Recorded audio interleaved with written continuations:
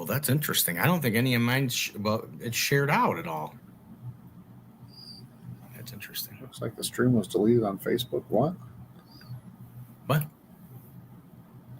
What, do we get deleted? There's a notification says on the It's All About the Barbecue says it looks like the stream was deleted on Facebook. Try creating a new stream or just remove this destination from the stream, then re-add it.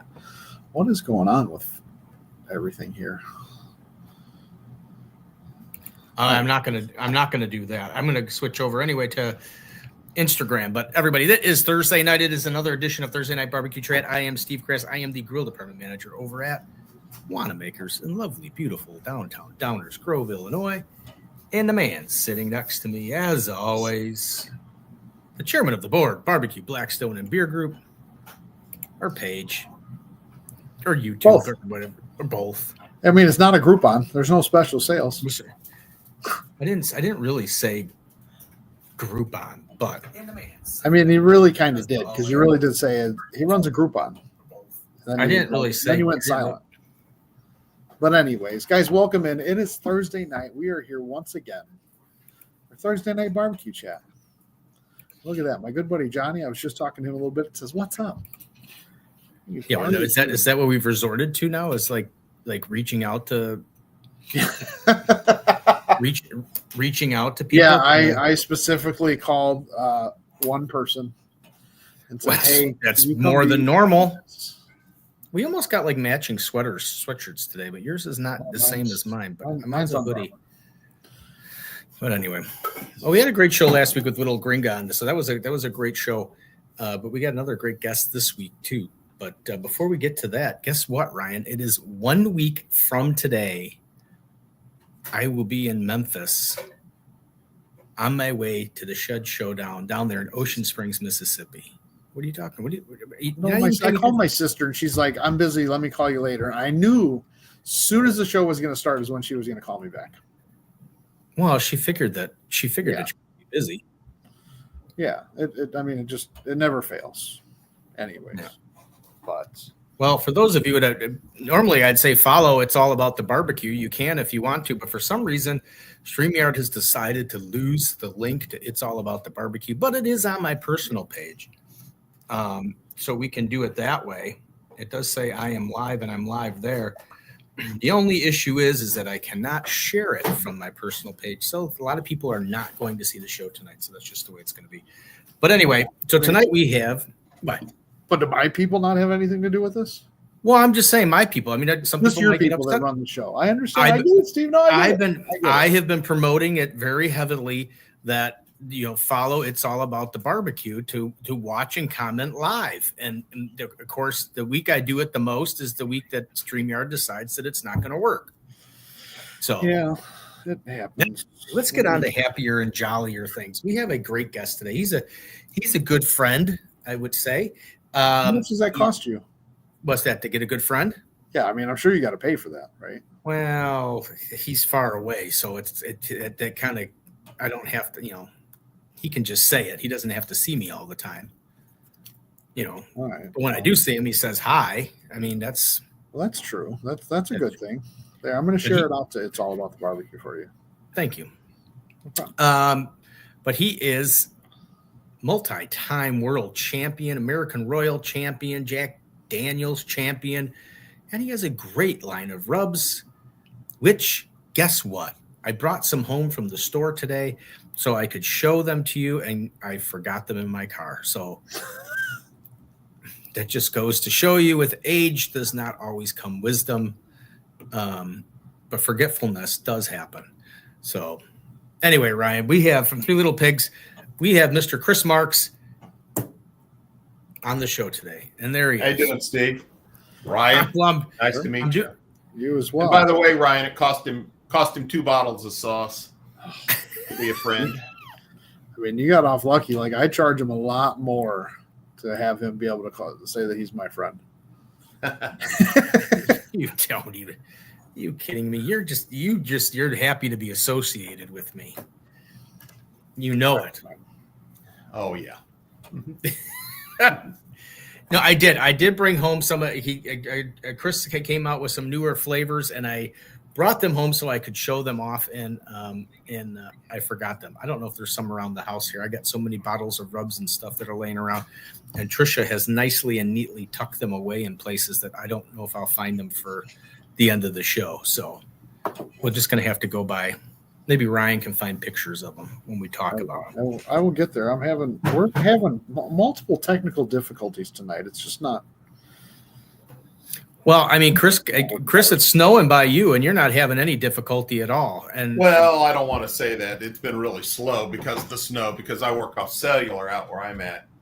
And we just had a balmy 12 inches in Kansas City. It was a nice little storm, 12 inches of snow and about 3 of ice. And we're getting about another 3 inches tonight. So the city's been in total shock for about a week now. Wow. Yeah, So, my sister and brother-in-law and family live down in Kansas City, Missouri side. yeah. Up north. They're about 10 minutes away from the airport. So they live in like Parkville or yeah. Gladstone. Yeah, Liberty. No, he used to live in Gladstone. Actually, Gladstone. That's Leo's Pizza. Yep, that is. All right, see, Steve, Leo's Pizza comes up all the time. Every time I make a trip down to Kansas City, I've got to have Leo's Pizza. Yeah, You and Leo's Pizza. been there actually. The best hole-in-the-wall pizza you'll ever get. Sorry, I know this is barbecue chat, but I love their pizza. Well, you just called their pizza a hole-in-the-wall pizza. I mean, you're raving about it, and it's hole. It's like a great dive bar. It is. So anyway, so Chris saved the day in the show, and tell us a little about how you got started on this fantastic journey of barbecue, and how you got somewhat to where you're at. But how did it all get there? Where did you get your love of barbecue from? Well, actually, it's a fluke. I'm not going to lie to you, Steve. It was a fluke, and it really came down to, I think I was 26 or 27. Working IT, and I worked at Telex, Memorex, which was an IT company. We're a competitor to IBM, and I did a lot of mainframe work, a lot of large DASD disk and tape. And so what it came down to was my dad was a senior exec at Hallmark Cards, and he loved to barbecue. He's a great cook. He had a great taste, and long story short, he retired from Hallmark. And my mom said, find him something to do. He's freaking driving me crazy. So right before he retired, we went out and bought him a Oklahoma Joe, a real Oklahoma Joe out of Perry. Actually, Joe Davison made it for us. And we actually just rebuilt it and showed it at the American Royal this year. Wow. Brand new. So it's about a 40-year-old unit. And from there, it just started, Steve. He went ahead and retired. And he pretty much got on the barbecue circuit. The first contest he did was in Raytown, Missouri. And back then, we had very few contests to do. And the one in Raytown, he basically cooked raw turkey, slept in a tent. Now, remember, he's 62 years old and a little out of shape, and he was hammered all night. So that was his first experience of barbecue. Long story short, what happened was my mom got involved. Mom's very competitive, all-state basketball player back in the 50s. So again, we're gonna win. We're gonna win. So they brought me in, and I was the cook. My dad was the developer of the recipes, and my mom was pretty much the organizer and the box prepper. So that's where it started at about 27, and here I am going on 65. And from there, we developed the Three Little Pigs style. My parents were an integral part of KCBS when it initially fired up. Both of them were on the board for KCBS for years. And so that's sort of where it started. So unfortunately, fortunately, we did very, very well once we really got it figured out. I think we won our first contest in 92 or 3, and it was McLeod, Kansas. Still remember it. And that was our first contest to win. And again, remember, there's not a lot of contests out there. So long story short, my dad was hooked. And next thing you know, he's got a trailer and RV, and he's traveling around the country cooking. And sort of know how it goes by watching a lot of the guys out there right now. not quite as extensive as the guys do now. We would do about 15 contests a year.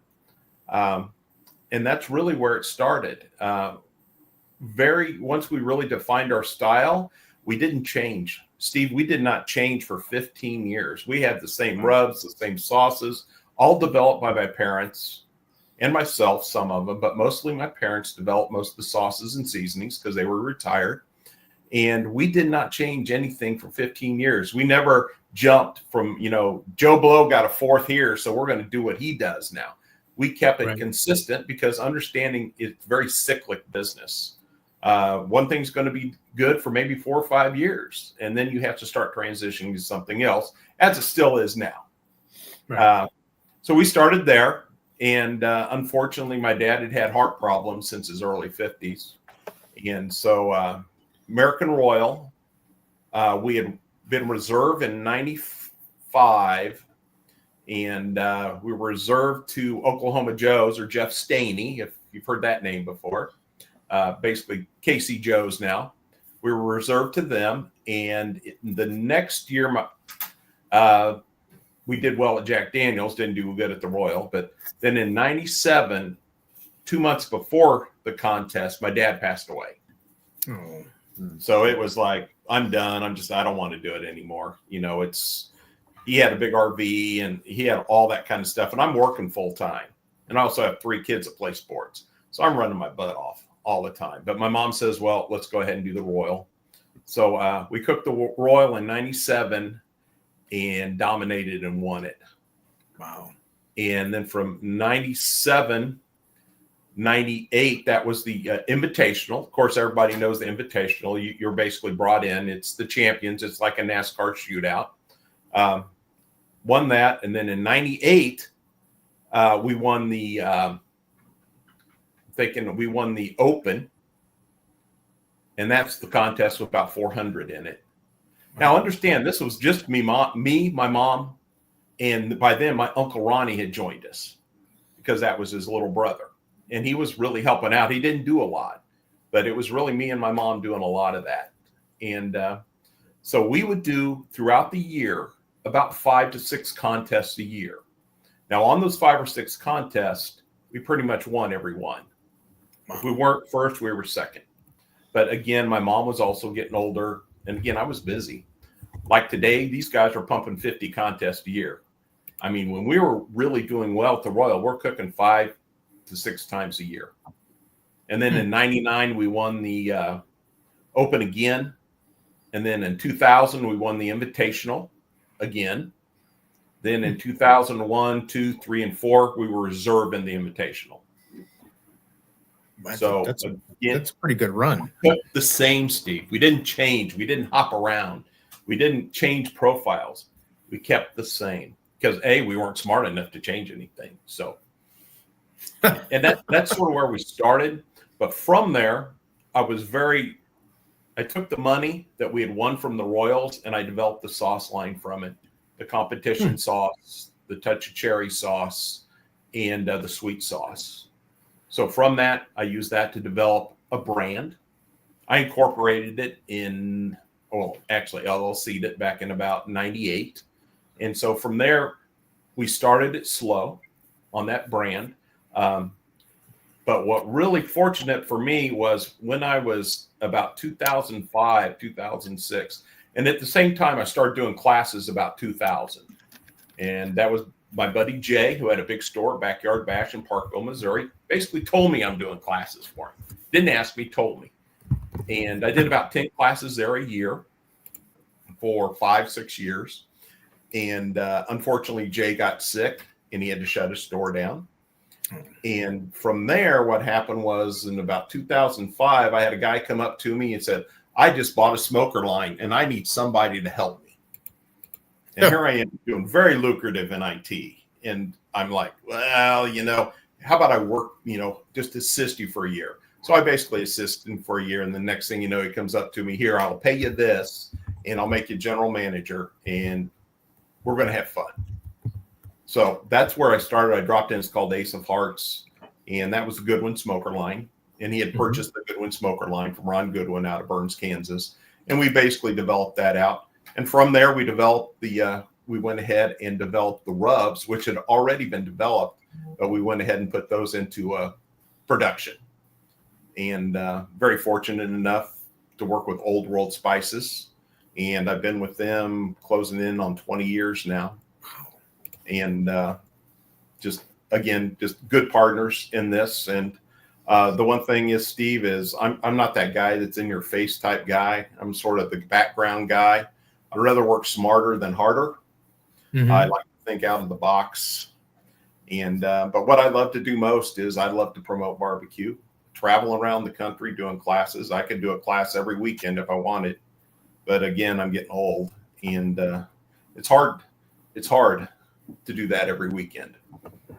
So that's sort of where it all started, and it's just been a blessing to be able to do what I do. I think in the meantime of that, at 58, I did have open heart because I was running so hard, and sort of reevaluated life and how I wanted to handle it. And that's when I slowed down the classes. I was doing about 45 to 50 classes a year or events, and I slowed that down. And I've enjoyed it much more. But the friendships throughout this have been, coast to coast, Australia, Mexico, Canada. I've taught in all of those. I have friends all over the world now from this hobby, and I love it. And I love talking to my friends. I still chat with them. I chat with my friends in Australia. I chat with my friends in Mexico, Canada all the time. And it's just blessed to be able to do that. Yeah, no. So just if anybody wants to ask a question, feel free to chime in. I'll ask questions. Ryan will ask questions, and we'll chat and everything. But if somebody's got a question, feel free to ask. I find it more amazing as we talk about competitions and stuff like that you were only doing that little a year. I mean, to you it was probably a lot because you said you were working, but nowadays you hear all these guys doing 40, 50 plus. Well, again, they've taken it to extreme, which again, when you take it to extreme like that, it can't be enjoyable. No, it just, again, it's you've turned it into a job. But it's just you got to make it enjoyable for yourself. There's so much obsession in it now, and everybody's got to, you got to do this, you got to do that. It's just, no, you don't. You got to have fun. And if it's not fun, don't do it. But a lot of guys get hooked into it because they win that first freaking ribbon. And the next thing you know, here we go. Yeah. So, but again, after my dad passed away, we would do, 5 regular contests. Then we do the American Royal, which would be 2. And then we qualified for Jack Daniels all those years too. So we'd go to Jack Daniels. I wasn't really going for ones anyway. I wasn't really going for the one ribbon, but when you post pictures like this, it's the crown. It makes you drive a little harder, right? Yeah, that's just the royal stuff. So yeah, that's just the royal stuff. I was just flipping through and grabbing what I could. And the one thing I want you to understand about us, we weren't in your face at all. Yeah, you see a lot of these guys that are in your face all the time. Well, I do this. Look at me, look at that. We're not that way. My parents taught us to be humble and kind, and that's the way I am. Anybody asks me anything, I tell them. And we did that in competition. My dad was a big senior exec in Hallmark, but also at the same time, he always cooked. All those Hallmark guys would cook against each other. So there's one of his bosses out of Lawrence, Kansas, which is a big production plant. They would always cook against each other at McLeod. And so one time his boss basically tanked his brisket. So what did my dad do, which is totally illegal, by the way? Gave him his brisket. So guess who beat us? Your dad's own brisket. Yeah, he beats us. But my dad, he just thinks it's a hoot.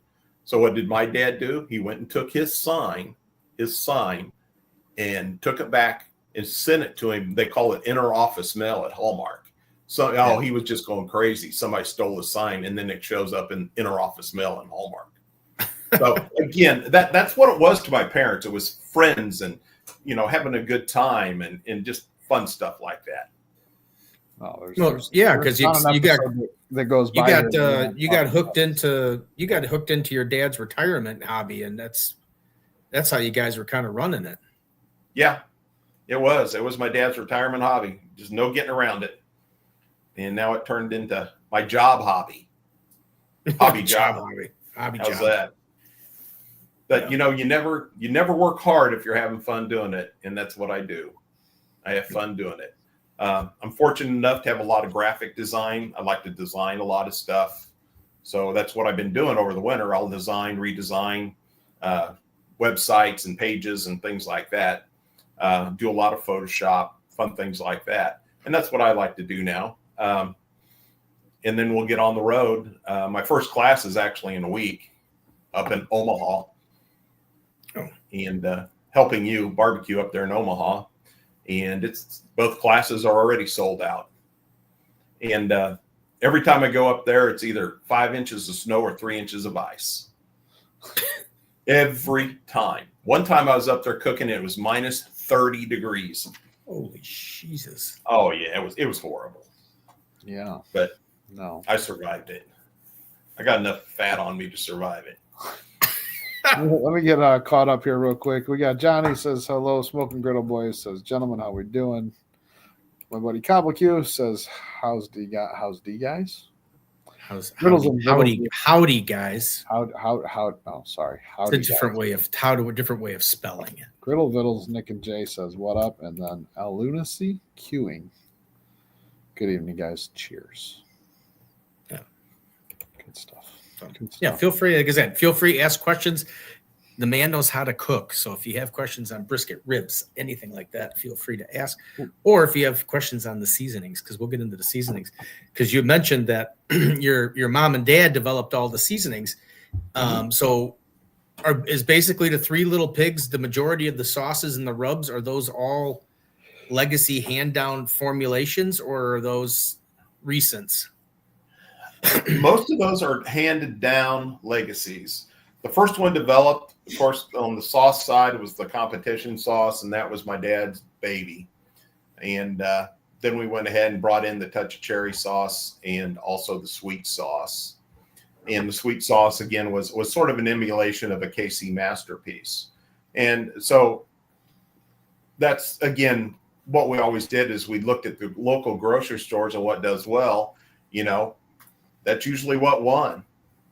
And so his competition sauce was another variant of a store-bought sauce.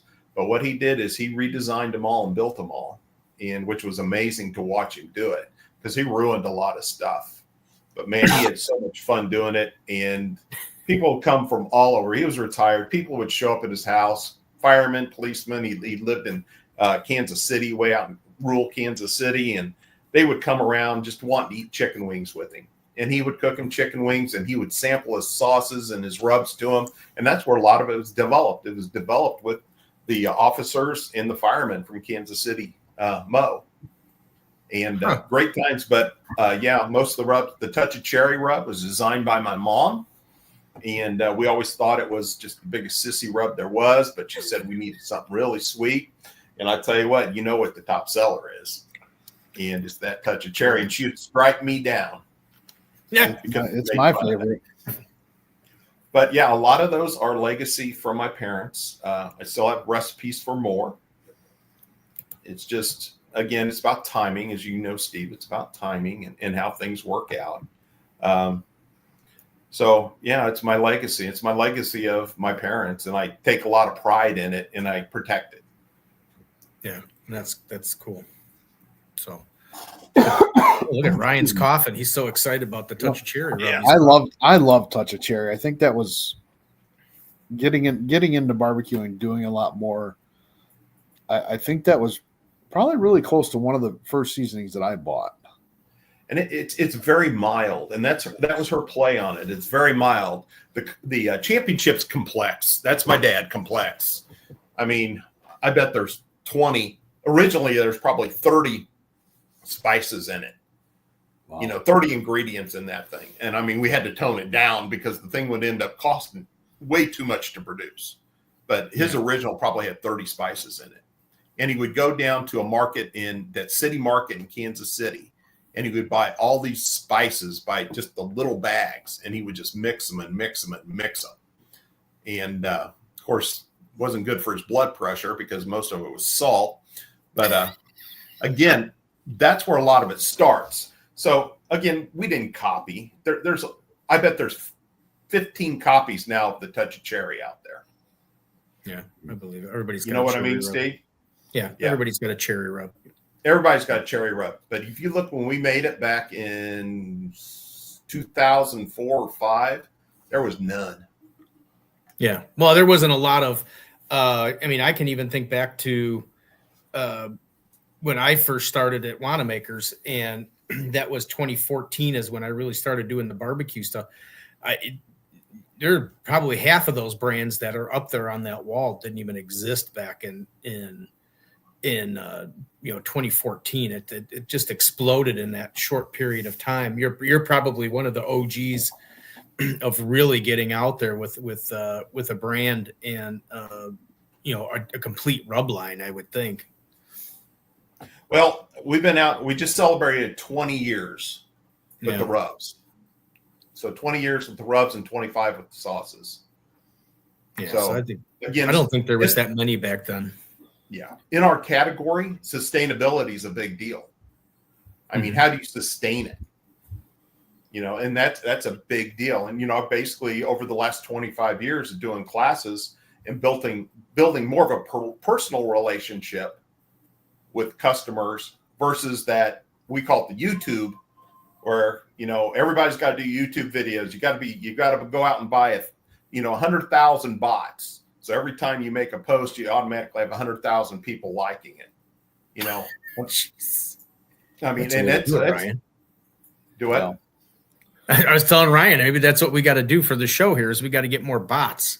But the problem is with the bots, they don't know anything about barbecue. They don't care. right. Yeah. That's I work with another group who they bought 50,000 bots. Wow. These bots were basically jewelry, laundry soap, all this kind of other stuff that has nothing to do with barbecue. You build the loyalty, you build the brand. I personalized it when I do a class. Yeah. When you do a class, a private class, and you do them, you know what a pain in the butt they are.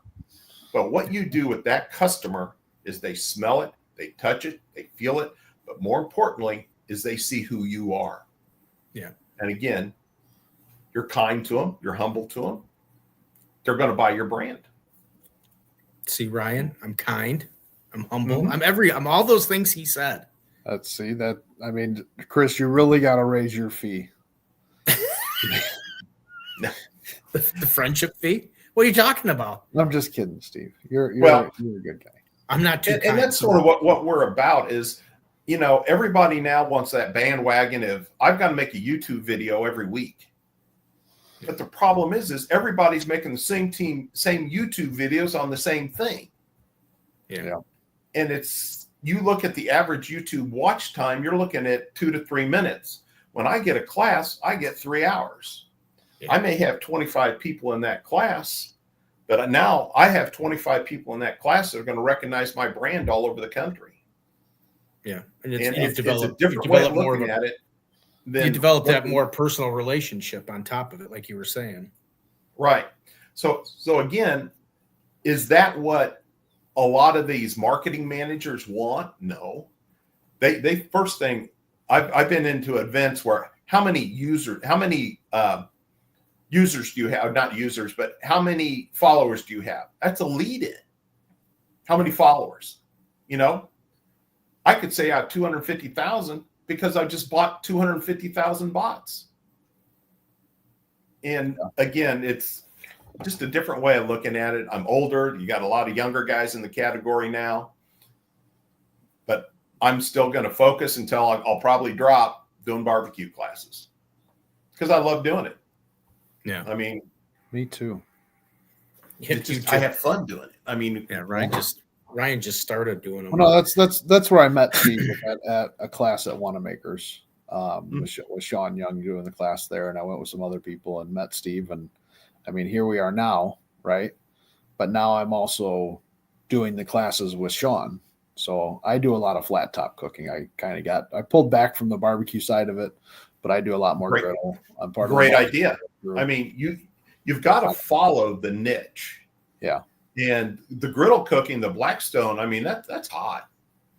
I mean, that's another great style of cooking. And everybody has a feel. I mean, it's like this is a huge category. There's a lot of room for lots of people. A lot of room. But what happens is you have a lot of guys who focus on the 10,000 competition cookers. I focus on the other 235 million people out there who don't competition cook. Right. Yeah. So, yeah. I mean, you've got to look at the big picture here. It's so many people get caught up in the competition thing. And I take a look at broader picture of people love to cook. They love to have fun, but more importantly, they like people to be nice to them. Yeah. Well, yeah, I mean, and coming what you were saying from the a retailer aspect of it, which you're similar on your end as a retailer, but in the beginning, that's what I originally got all excited about was, well, I want to get these guys that are competition cooks because they're cooking every single week and they're spending all this money and this and that. And then it comes into where you realize that the competition teams are a business, and then they're on budgets and they're as cheap as a mile is long, and trying to appease them is not making you lots of money because you're trying to fit into their price budgets. That then you changed and you realize there's more people out there trying to emulate those competition cooks than there are the competition cooks. And you kind of change course and you go after the guys that want to emulate the competition guys. Right. And my prices are the same, Steve, for the last 20 years. Wow. Or actually 25 years. And again, I look at this as a marketing venture. I don't look at this as I need to make a bunch of money to support my competition habit for the first part of the year. I look at this for two ways. And I train, and I train retailers. I show them how to sell barbecue. I show them specifically, and that's why retailers want me to come back. These retailers, some of the biggest sales days they've ever had is when I'm down there. Because I can sell it. I can sell Oklahoma Joe's. I can sell Traegers. I can sell green eggs. I can do it all. And that's what I show that retailer, how to sell barbecue. And you use a rub and a sauce as a lead in. You know this. They're going to come back to their store. Then they're going to see that green egg there. They're going to see that Traeger there. You're going to be able to say, hey, you know exactly how that works. And that is what I've done for the last 25 years. And that's why I'm so different than everybody else. They don't sell for that dealer. I also do not retail online. I don't have an e-commerce site. Everybody does that for me. Why? I don't want it. Biggest pain in the ass, guys, is shipping stuff around, having to store it. What am I good at? I'm good at doing barbecue classes. I'm not good at shipping and, storage and driving forklifts. I'm not good at that. Right.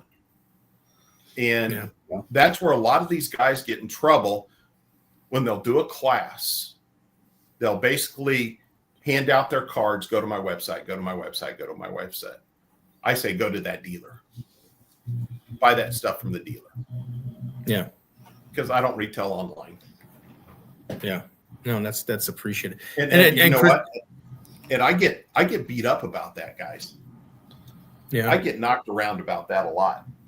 It's like, you need to do this, you need to do this. And I'm like, I don't want it. Yeah. And Chris does classes locally. So kind of look around and see. He does the Barbecue Authority, and then he does my good friend Dan Marguerite up there at the Backyard Barbecue Store. I'll be up there February 1st. February 1st. Oh, that's our snow class. I may have to swing up there. I got something and else. That was a class I developed. And what's funny is the mimicking of my classes. I've watched people mimic. I I used to call them barbecue 101, 102 back, in 2000. And now, of course, you watch other people call them the same thing, which is sort of fun, sort of flattering. But this class, Dan and I were, we're just sitting there around talking and he has sort of a barbecue / restaurant / brewery. I mean, it's a great story. You've been there. It's a great story. Yeah, it's an unusual. And seriously, it's probably one of the best in the country. Mm-hmm. And I've been doing classes with Dan now for 19 years. And I usually do 3 classes there a year. But this class is basically it's an all brisket class where they get their own brisket. They get a knife and they get 2 rubs. Huh. And they get a brisket. We trim it. We cut it. I show them how to do it. They jacquard it. If they want to inject, I show them how to inject it. We do all that. And that class is usually sold out in a week after we post it. But wow. And the guys, it's fun. Yeah. Because a lot of guys bring their sons. There's guys who bring their wives. And that's sort of what we focus on, more that family. And I do not focus on, and if a guy asks me about competition, I say, I do not teach competition. Yeah. And I just found out that my niche is teaching people. But, Ryan, like you and the griddle, I mean, the griddle's hot. I get lots of questions on griddles, lots of questions. Of course, I was primarily a barbecue smoker, big grill, big iron, as they used to call it. And now, you've got to be really flexible. And I don't care what you cook on. I don't care, if it's a Blackstone. I don't care if it's a Traeger. I don't care if it's a Green Mountain. Because the way I teach it, it doesn't matter. Does not matter. I teach simplicity. I teach it simple, make it easy. Everybody else, I'm going to make it as hard as possible. I'm going to make it simple because it is fire, wood, and protein. And then just skills. Yeah, it's basically what it is just relaxing, having it fun. So many of these people get so uptight about this stuff. It's just unreal. I mean, anymore, you go to a competition. American Royal is a great example. And there's an area, my area, we just all have fun and talk and just shoot all the time. And everybody who comes around, if anybody's walking around, we feed them. We don't care. Now, you go into a certain area, that invitational area, those guys are locked up. They're watching their TVs. They're not coming out talking anymore. Yeah. As soon as the awards are done and they wrap up their awards, they're gone. I mean, it's sort of a different mentality now. Where it used to be, we're all friends, and now it's a very much of a clique. And there's a certain little clique, and if you're not in it, you're not in it. Yeah, so, I can see that. We just sit back and watch, and most of the time we laugh. Yeah, there was a couple of competitions that I did where I was like, the award ceremonies were coming up, and I seen people, and I'm like, hey, where are you going? They're like, we're getting out of here. If I win anything, so-and-so's going to bring it to me. Like, we're done. Yeah. See you later. Like, oh, all right. Like, I love the hanging out part of it. We talk about it on the show all the time that barbecue's family. I mean, you meet these people, and you meet them once, and you get to talk to them, and then you go back out, and you see them a couple months later, and have a good time with it. And absolutely. And that's where it was with us too.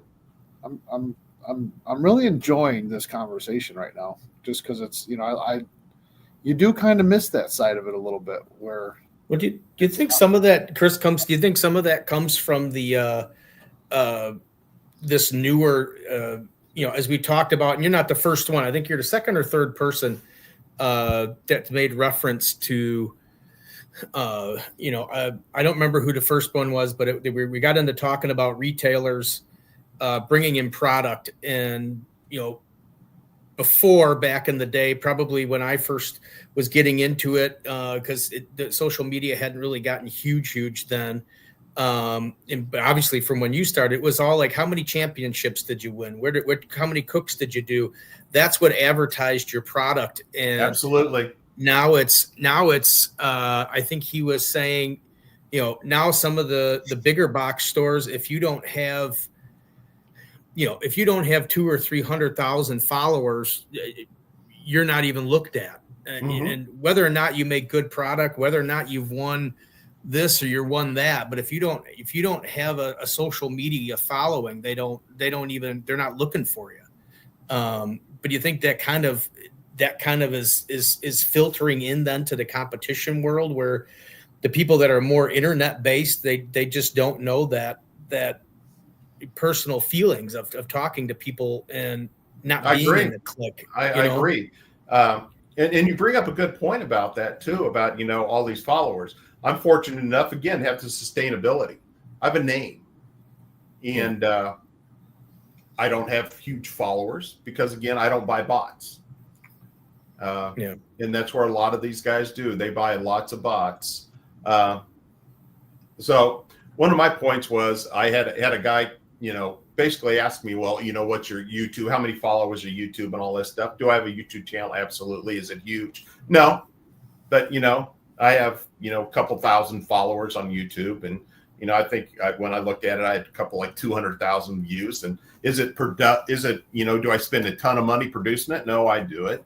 I don't have producers and I don't shoot all that stuff. And I don't do that. Should I? Probably. But again, being in the business for 20 years is that. The other thing is I don't do is, and now it's really cool if you noticed on going around, I'm going to take a picture with somebody and I'm going to run down to this big contest, and I'm just a YouTube guy, but I'm going to put my arm around them, and I'm selling rubs and sauces, and I'm that YouTube guy, but I'm going around to these big contests acting like, hey, I've done these before. So he's trying to build credibility by going around taking pictures at contests with competition cooks and things like that. I see a lot more of that now. Yeah. It is what it is. But we'll see the sustainability of that. How long can you be able to, I don't want to say fool the people that, you've got these credentials by hanging around with certain people. We'll just see. We'll see how it plays out. Yeah. Excuse me. See, Ryan, that's why I came out and I was honest and I said I don't cook anything. Yeah. Because I'm friends with Chris Marks, but I still don't cook anything. We know what you do cook. We cook that burger, but see, I cook little. Good.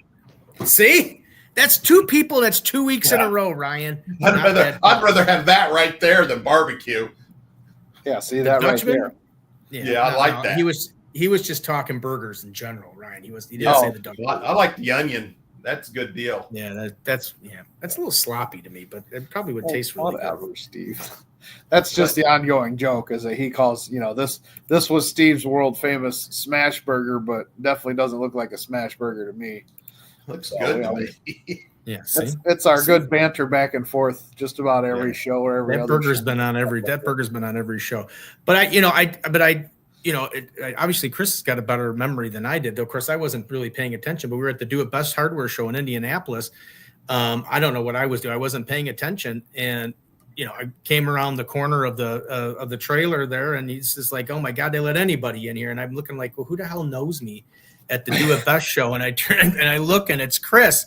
And I was like, gosh, I said, you got a good memory that you would remember me. I do have that. Yeah. And I was remember, didn't I take your candy? Yeah, you did. You did. We had, because I had candy. And then we went. Well, that was when I was on the sales floor, because one of the favorite aisles there at the show is the candy aisle for me. Oh man, I know. I will go and I'll get candy. And I came back over and I said, Chris, look at all the candy I got. He's like, oh, can I have some of these? It was licorice, remember? That's how Steve gets his friends, though. He's like, I got to get him some candy. Man, it was good. It was good. But so because I reached out to, it was a contest to see who was going to get tonight's show, whether it was you or OG Bandits, because we had talked that day about getting them on the show, and you responded first, so you're here, and then they're at the end of the month, so they're going to be. They're good people. They seemed really nice, and they made some really good. They made some really good burnt ends, and then that is when you showed me the three new flavors to me. I don't know how long they had been out at the time. They just came out. Yeah, the spicy maple, the pecan, and the lemon pepper, and got them in right away. And the hot champion. There's the hot championship in there too. I don't know if I did that. My people don't really like. Well, that was developed for one of the guys up by you. Who's also a Steve. He wanted a hot finish, he wanted a little bit of a bite, and again, that was an easy one to make because if you remember in the old days, we would always finish with a little cayenne across the top. Okay.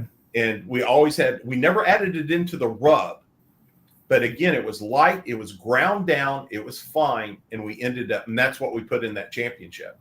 So it gives you a little bit of a notice versus that other guy who's right beside you. So you get a little bit of a bite. And it's a cayenne, it's a mild. We don't do anything hot. Yeah, I'll have to look at that. Is that one in Old World? Yeah. Mm-hmm. Steve, do you have the where'd it go? Dang it, I lost the spicy honey and maple.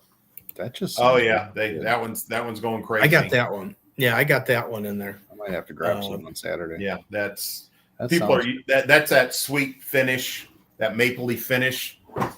Yeah, and people are using a ton of it on ribs and pork. I gotta see. I don't remember if I put that on the taster shelf or not. I think I did, but I don't. Oh, when you open it up, you know it. I gotta have I need a better tasting shelf is what I need because I got so many out there now to taste that it's getting hard to find them all. Chris, what I was looking at the website and stuff that you got up and everything, and some of the stuff I do, like I love this. Like you put out your seasonings and you put what they go with, little things like that, where you don't really see that a lot.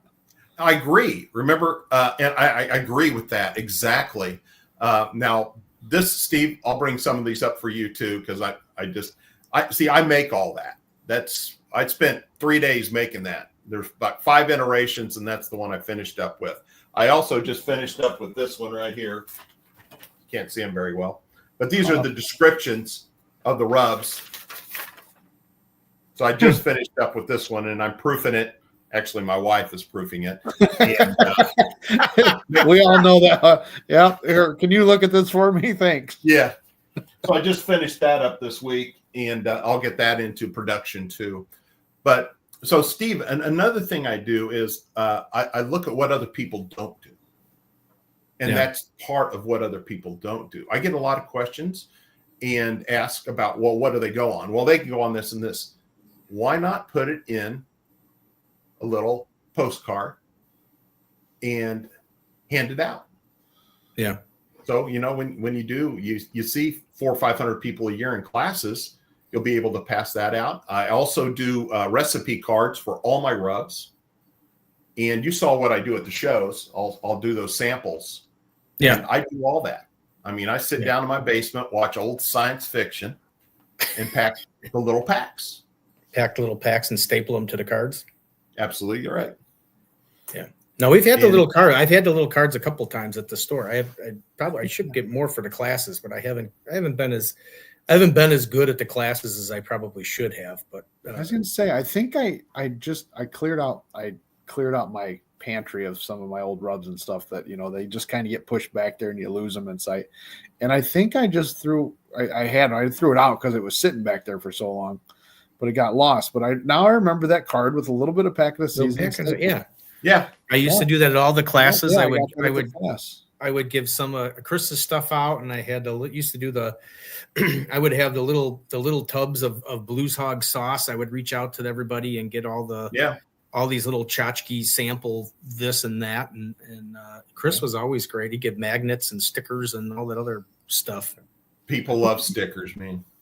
Yeah, no, I got to do that. People love stickers. Steve, yeah. I know it's a barbecue thing. I know it's a barbecue phenomenon. I've been doing stickers for 15 years. Boy, you got to probably have a wall or a cabinet or something full of tons of stickers. You should see them. I've got so many stickers. I can't put them on 3 refrigerators. My wife yells at me now. So, so many and I people still have a packet that thick of stickers. Steve gave me such a hard time when I got my stickers for barbecue, Blackstone, and beer, and now with the griddle battle and stuff, because that's the first thing I do. I'm like, I get to the class because I'm doing the class. We got the class on Saturday. I get there, I put them out on all the little papers with everybody, and Steve gave me such the hardest time. No, Brian and his stickers. It wasn't. No, it wasn't. What does Steve have now? I don't His have own any stickers. Well, I don't. I have to get more. I understand the barbecue phenomenon of stickers.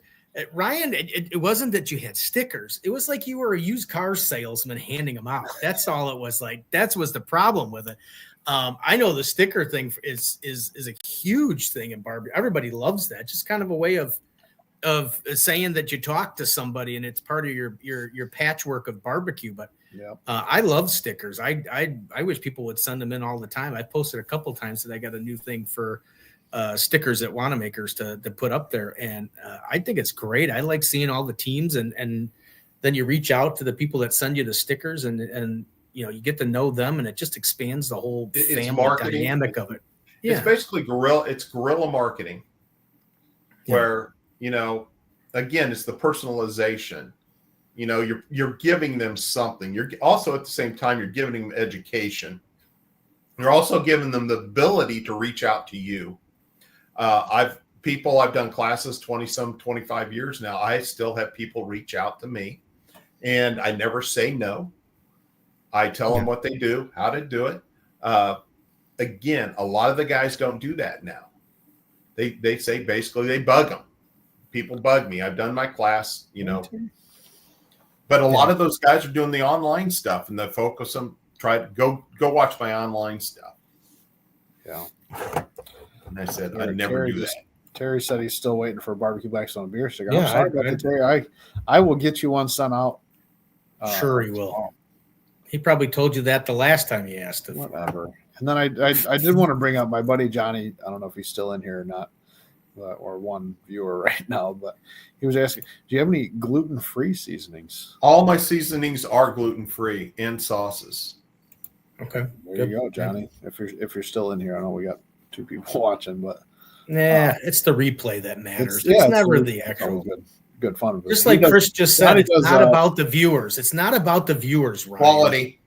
It's the quality and content. Quality. I know. And I know we got 2 good quality people here right now. I know. I need to get a better quality co-host. Let me tell you what.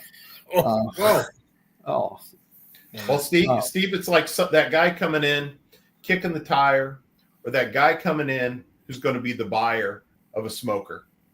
Yeah. I know you can tell. You can tell those guys. The guy who's going to come in there, look at your store, take pictures of something, and then go buy it online. But there's a lot of those Chicago guys who are so loyal to the stores. They'll come up there and you sell them. But you're always going to have that guy who comes in there and is going to buy online. Yeah. And I can't, I just in case if any of you people are those people, I don't mean to be mean to you, but you take a store like Wanamaker's, and they pay me a fairly good amount of money to know and to learn and to have knowledge and to do everything that I do in barbecue, which may be more than most stores. It could be, but then you come into Wanamaker's, you take advantage of that.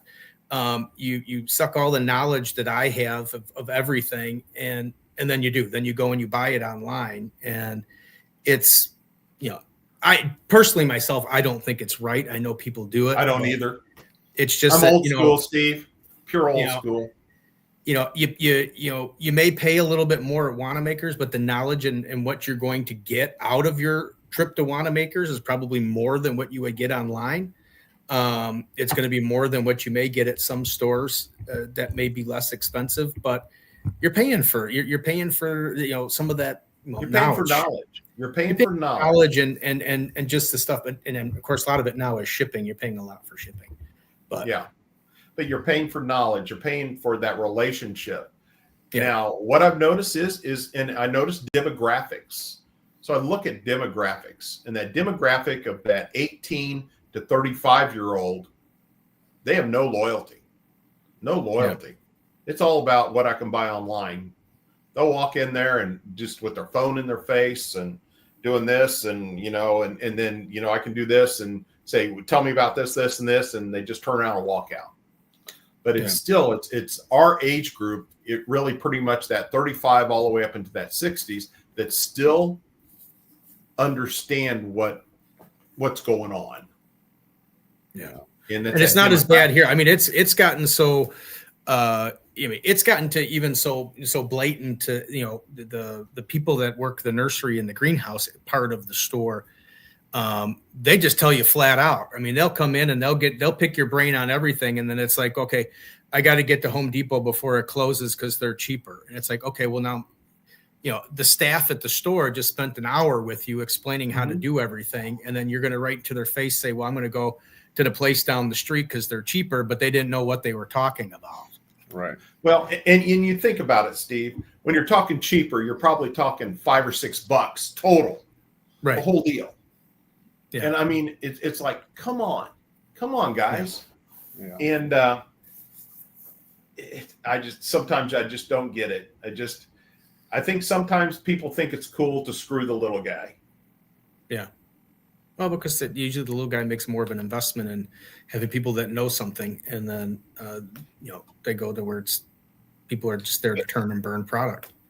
But you look at Steve. There's probably another 3 or 4 like you around the country. Yeah, that have a passion for barbecue. Do what you do. Spend well above what other people do. Yeah, I mean, you should probably be being paid for this. I mean, you're right. doing a service for your company. And well, I mean, it's it's just even like like we brought up Dan up there at the backyard barbecue store.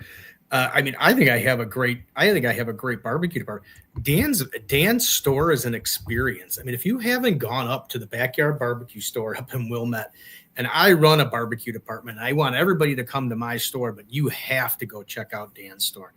Between the like Chris was saying, between the grilling, he's got a little wine section in there. He's got they're cooking every single day on green eggs, and yes. They do that. He even rents out spaces. He's got a great classroom area with a built-in kitchen and this and that. It is a cool and he serves beer. And he serves beer there, right in the store. And it's kind of it's like a experience. It's like a bar or restaurant, wine store, grilling store. It is. It is a neighborhood. I tell you what, people, when I'm doing classes, people that come walking in there, it's like, Dan, where's Dan? Where's Dan? Dan? Yeah. They love Dan.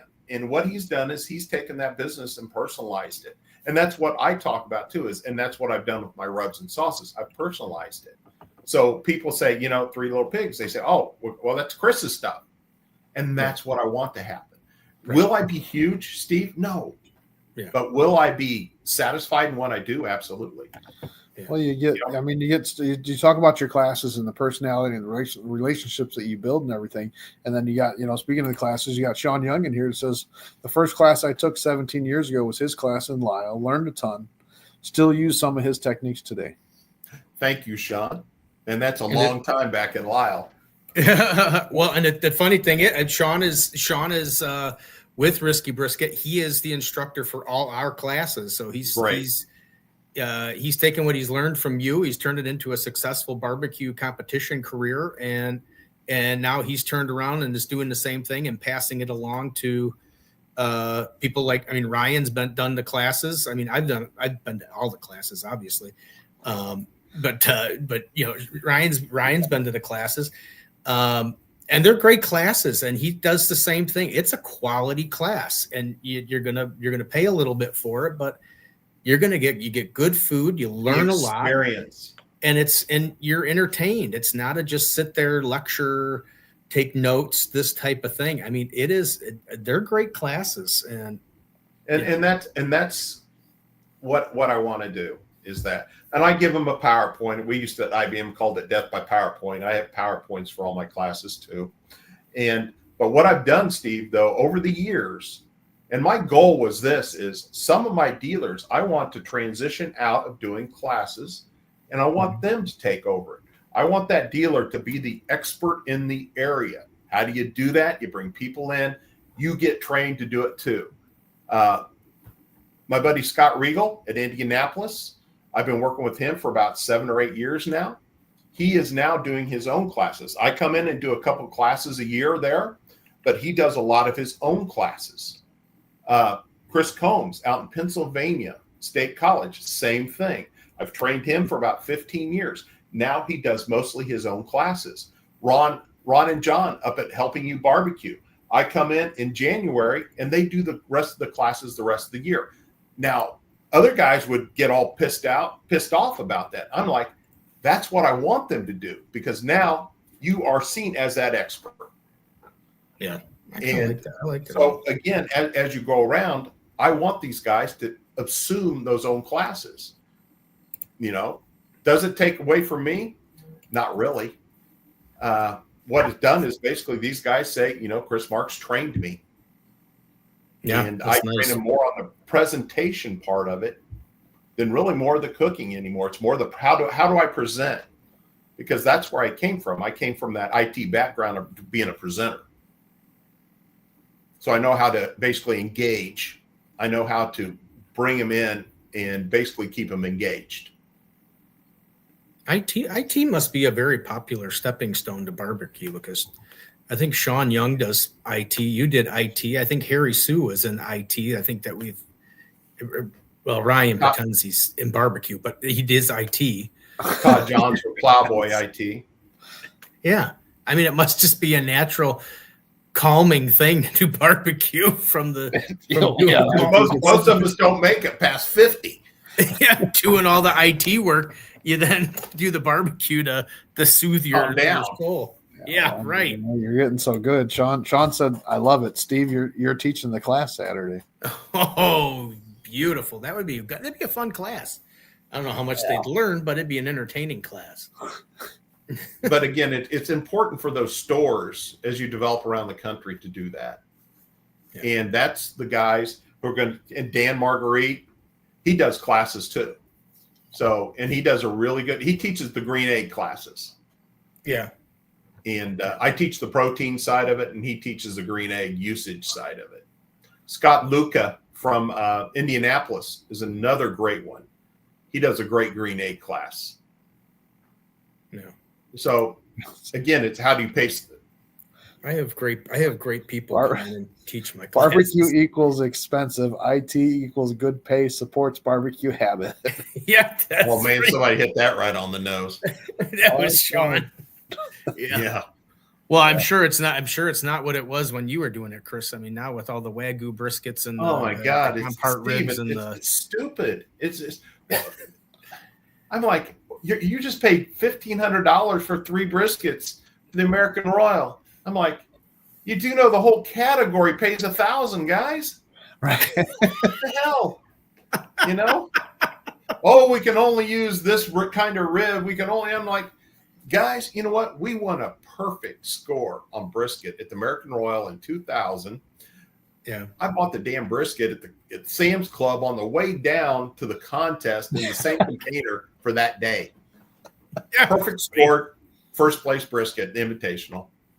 It wasn't a Wagyu. It didn't, it wasn't, Well, that could be the other reason why those guys are so serious in their trailers now. I mean, they go to the Royal, they're probably dropping $3,000 to $4,000 just in meat and everything else. They're probably sweating it that they got to win, or they're going to lose some money.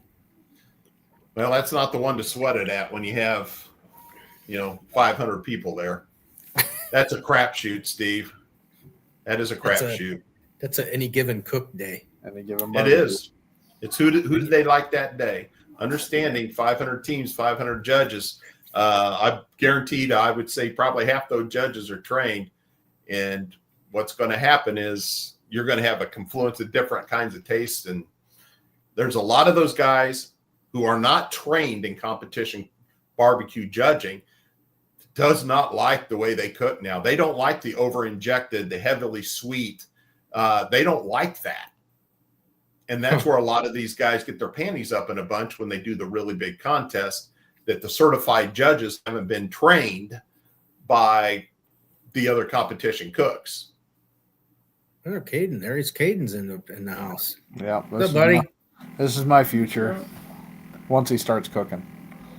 Well, he cooked at the He cooked at the griddle battle. He does. Yeah, he does cook at the griddle battle. He's not going to do it again unless he starts practicing. Though. So what the I forgot what I was gonna say now because we were on that a whole competition type of thing. Did you find that when you do your cooks and when you were traveling around a little bit, I don't know how far you traveled, but did you find similar to like the steak competitions now where certain areas had a different flavor, but you said you used the same profile all the time. We did. We won in Louisiana. We've won in Mississippi.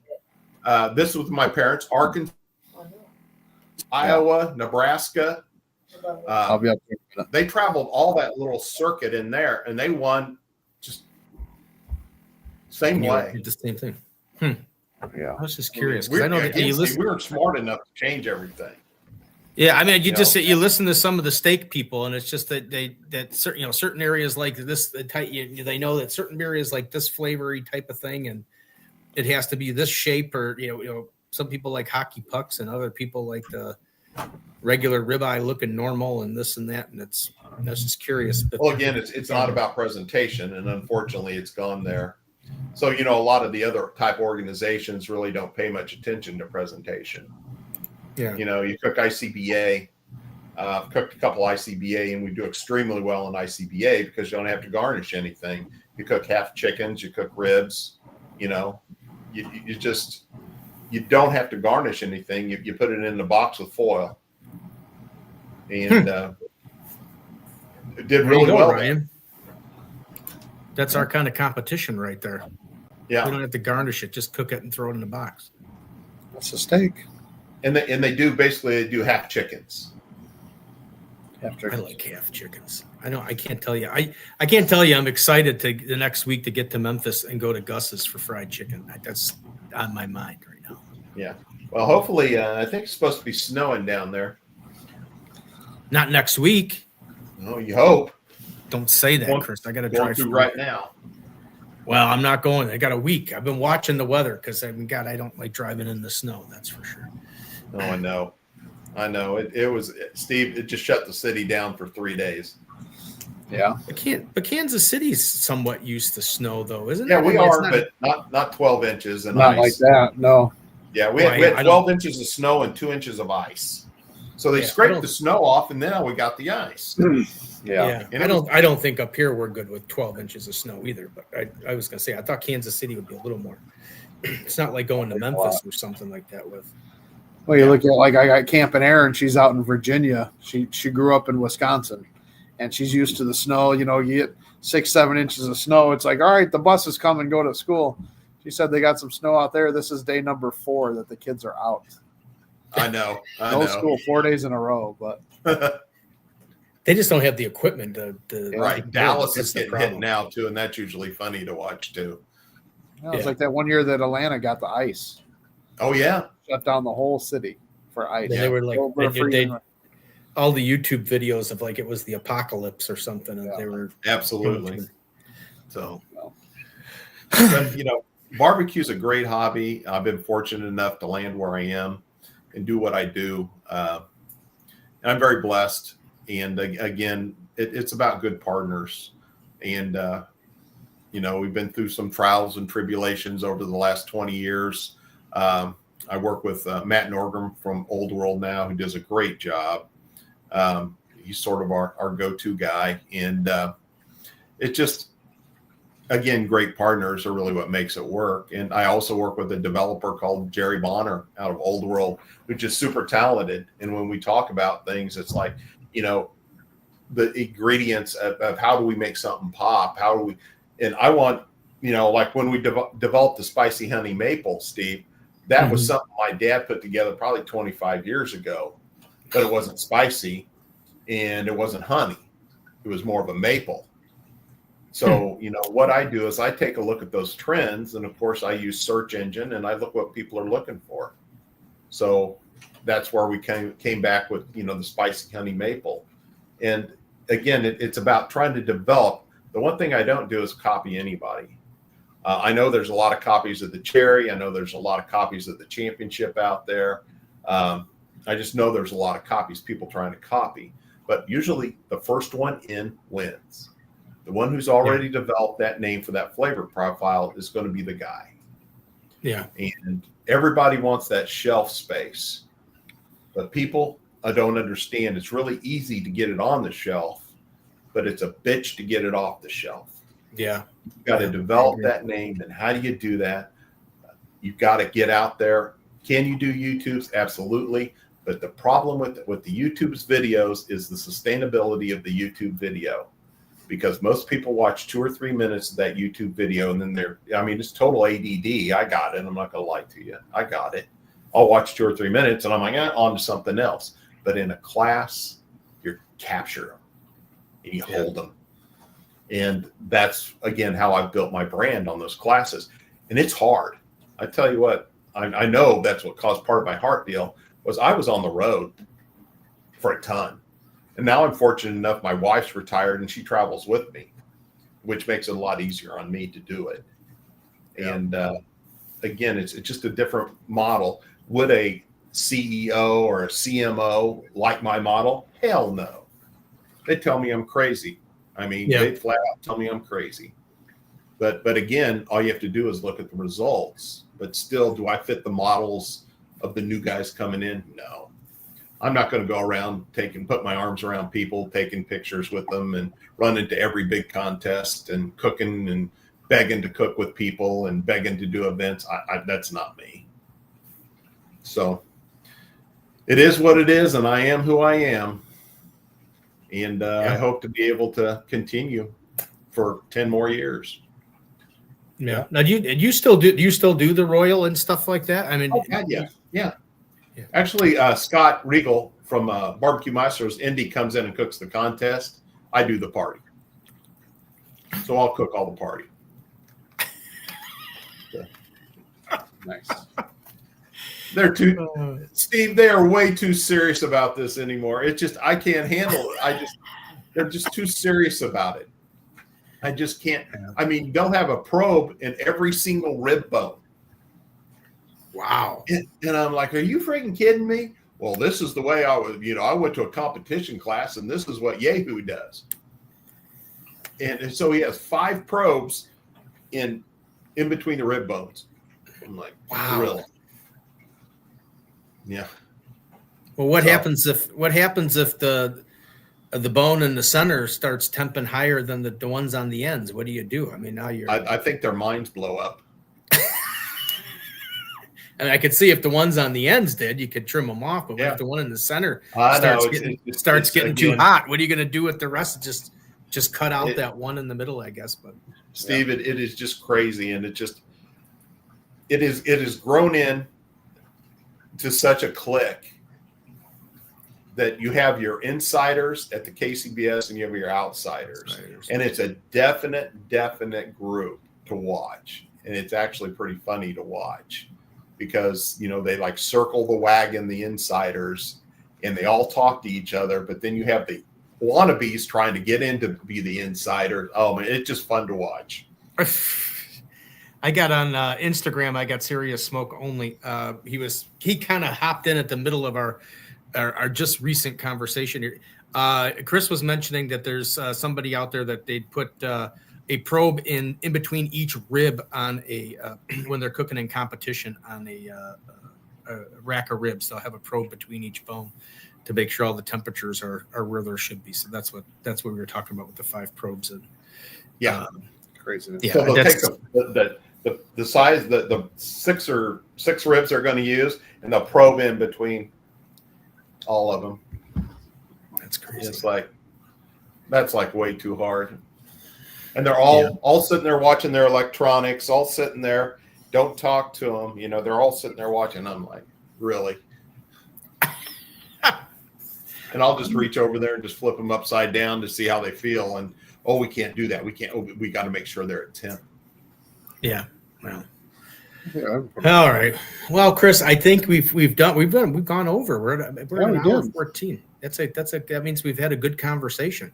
And I didn't even get to ask you what's on the brisket. We know you haven't changed it, but what's the layering for the brisket? Layering on the brisket is Texas beef, Memphis. That's it? Yeah. I mean, That was anticlimactic, and I know it was, wasn't it? Yeah. I was waiting for the. Oh, but the guys out in Utah, they love cherry on the brisket. No. When I do a lot of work out in Salt Lake, out in Layton, Lehigh. I do a lot of classes out there in Utah, and God, they're good cookers out there. They're really good cooks out in Salt Lake, and go in and have a lot of fun. But they love the sweet on the brisket, you know. But again, I did think about. I was next week. I'm heading down to the shed for the showdown, and I was kind of like this. I'm more like this close. I was this close to paying the SCA fee and joining joining the competition and just doing a steak like a steak. Yeah, I think it was just. You might be surprised, Steve. I was talking to somebody today. We were talking about it. Who's heading down there, and I said, I almost did it, and wouldn't it be funny if I did it and I won? And all the guys with their sous videing and their tying and their pinning and their thumb grinders and all the tech that they go into making this steak, and I went in there and just put some rub on it and threw it on there and did some perfect marks and. Slather it with some A1 and call it a day. Slather with some A1, but it would just be man. It would just be the fun. Might be surprised. It'd just be the fun of doing it. I just think it would be just kind of fun to in that kind of a big event as a nobody just to do it. Ryan, that's what we're going to do next year. You're not a nobody, Steve. I am a nobody.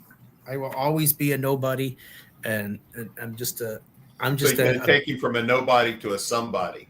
I just, and I've said it 1,000 times. I am just a barbecue geek. That I am just happy at the fact that I can sit here and talk to an 8 or 9 time world champion as part of my part of what I do. I get to help people at the store, go into the shed. I'm doing what Chris just said, but I'm going to cook with the guys from Smoky Woods. I'm just going because I just want to do the experience of doing it. Yeah. And just being able to be there. I am in awe of the fact of seeing Brad and Brooke and all the other barbecue people that'll be down there. Because I'm just a barbecue geek. That's all I am. And I'm here to transfer that excitement. Yeah, I'm here to transfer that excitement to everybody and get them just as excited about barbecue as I am. You take your hat? I am. I'm going to wear my hat. I got it here. It's gonna get. Oh shit! Now I just threw it. I just threw it. Yeah, no, I'm gonna bring it with. I'm gonna be ready for it. This is how I'm gonna walk around the whole weekend. God, if Chris has got one, that'd be. Oh.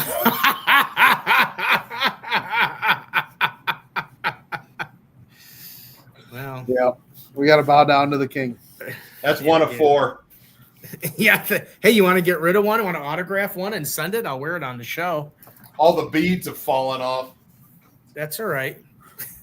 Nice. Well, Chris, it's been great having you on the show. We've never met, but I'm happy I met you. Thank you for sharing your story with us. It was great to sit here and listen to. I truly appreciate it. Well, as you can see, there's not a lot of. I don't spew a lot of, you need to do this, do that, do that. This whole hobby is about making you and your family satisfied in what you do. Right. And that's what I try to tell these people. You can try to competition cook. You can try to cook. I could sit there and train you on how to do it, but could you do it? Probably not. You just got to figure it out on your own. And that's what I try to tell these guys to get in competition cooking. And they ask me why I don't do it anymore. It's because I don't like it. I don't like doing it. I just don't. I like teaching people how simple it is because that's how we used to do it.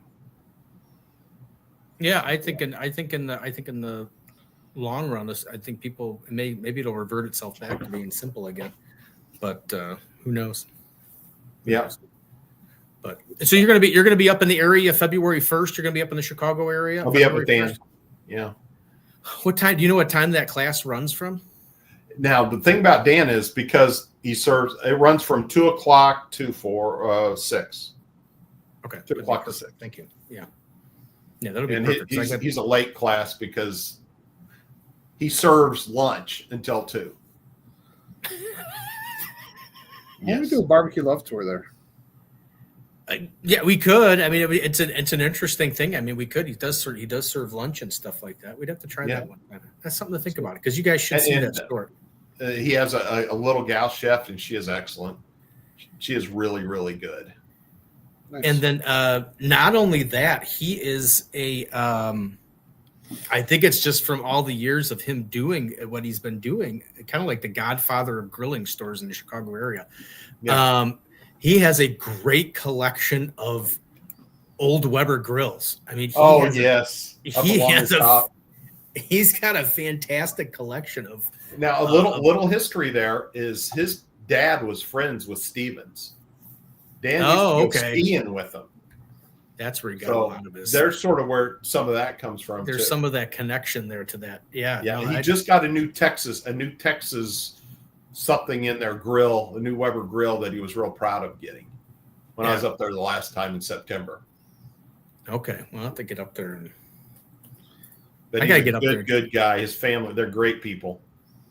I'm going to do the Ace in LaGrange Park is going to have their annual rib cook-off again. So I'm going to go and go to that. Ryan and I may actually go to that. I got to talk to Scott over there, but then after that, maybe I'll run up to the Backyard Barbecue store and say hi to you and Dan because I love going to his store. The last time Dr. Barbecue was in town for the Grill Extravaganza, he did something up there the next day, and I ran up there, and it was so neat to see how it's changed. But I just like looking at some of the grills up there, so I'll come up there and say hi to them. The Kalamazoos. Yeah. Some of those grills are like $30,000. Those built-in. Yeah, the Kalamazoo. Yeah. Oh, they got a smoker now that is right at $30,000. Wow. Yeah, I know. Well, that area, I think they have a little bit of money. Yeah, they've got some jack up there. Just a little bit. I just got to get you to come about 2 miles east on Ogden there and come and do a class at Wanamaker's and move down the street from the Authority down there. But you've talked to Matt, haven't you? No, I haven't. I just reached out to Matt. I want to I wanted to see if he would send somebody up for our garden show to sample products. That is me, by the way. Yeah, I reached out to him. We talked about it right after the Do It Best show, and he said that you would probably be perfect for it. And I said, well, that's fine. He knows the area because he's down the street all the time doing classes. And he said, well, let me see if it'll work. And then he never said anything. And I've been reaching out to try. Well, he reached out to me the first of the week, and I told him yes. So. Oh, okay. So then I have it. Right? Yeah, for March. Oh, excellent. Okay, perfect. And he made me just eighth and ninth, I think. 8th and 9th. Okay, close enough. Something like that. Yeah, whatever. I'll get with you. I can always message you dates and stuff like that. But then he just probably hasn't gotten back to me yet. Well, that's excellent then. Well, most excellent. So. Well, then I'll get to meet you then. You get to meet you. Well, he was in the store. Chris was in the store once before, and I told the story once before. He came in to say hi because he was doing a class. This was I don't even know how many years ago. This was like 5 or 6 years ago. Yeah. He came in the store to say hi, and he's standing there talking, and I had a customer come up and asked a question that related to something that Chris could answer. And I mean, he was looking at me, and he stepped right in between me and Chris, and he's talking to the question, and he's kind of looking like Chris is like, oh, hi, how you doing? And then Chris is like, hi.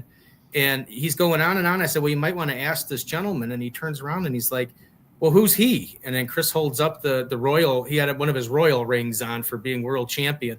He's like, oh, well, I just won one of these. I won the royal like 7 or 8 times. And he's like, oh, all of a sudden his back was to me. And all of a sudden I became, but it was just funny how it was when you're out of it. I tell people all the time, when you're not in the barbecue bubble, nobody knows who you are. So that's fact.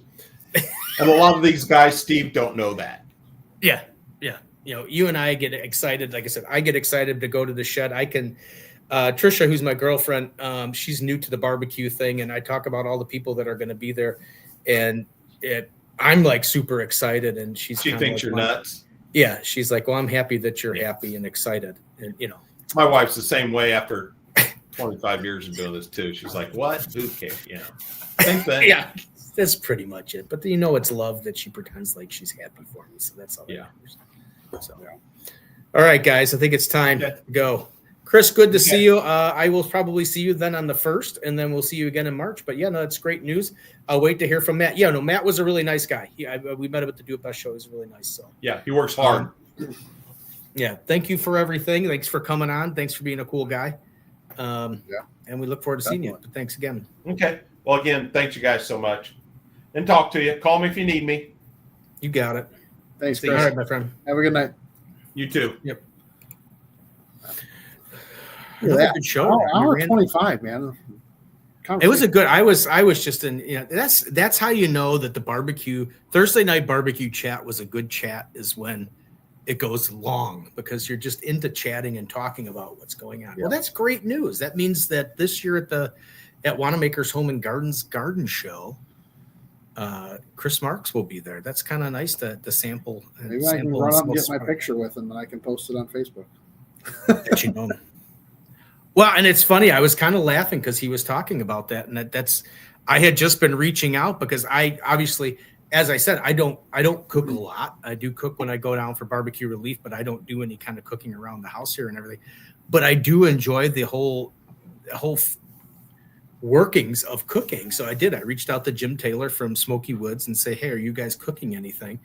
And he said that they were. And I said, do you mind if I help a little bit? I don't want to be like tied to a time schedule or anything, but it'd be fun to just go and help and cook and do stuff. And then I reached out to Craig Carter, the party starter, and said, you guys cooking anything? And he said he was. And I said, well, that'd be cool. Can I jump in and cook with you guys for a little bit? Because I do enjoy it. I like the cooking part of it. As I explained to Jim Taylor, a lot of it has to do with, I really just can't sit around for 13 or 14 hours to cook something. I just can't. Right. I just don't have the patience for it. Now, like Mr. Young's briskets coming up this Saturday, if you're going to cook them in 4 to 5 hours, there's a possibility that I could hang around for that. But as I've gotten older, it has just been so much easier to go to somewhere like Station 1, let them do the 14 or 15 hours of cooking, walk in the door, order my stuff, and sit down and eat within 5 or 10 minutes instead of waiting 14 or 15 hours to eat it. Yeah. Well, with that, guys, Steve's not going to be here next week, so it's just me. So come hang out. I think we're going to might do a little free-for-all. I don't know. We'll figure it out. We'll do something. We'll have some fun with it. I'll patch in at some point and watch. Yeah. But yeah, no, I will not be here, and I don't have anybody for the 23rd. So I might I might have somebody lined up. Got to figure it out. Well, the 23rd, I was holding for.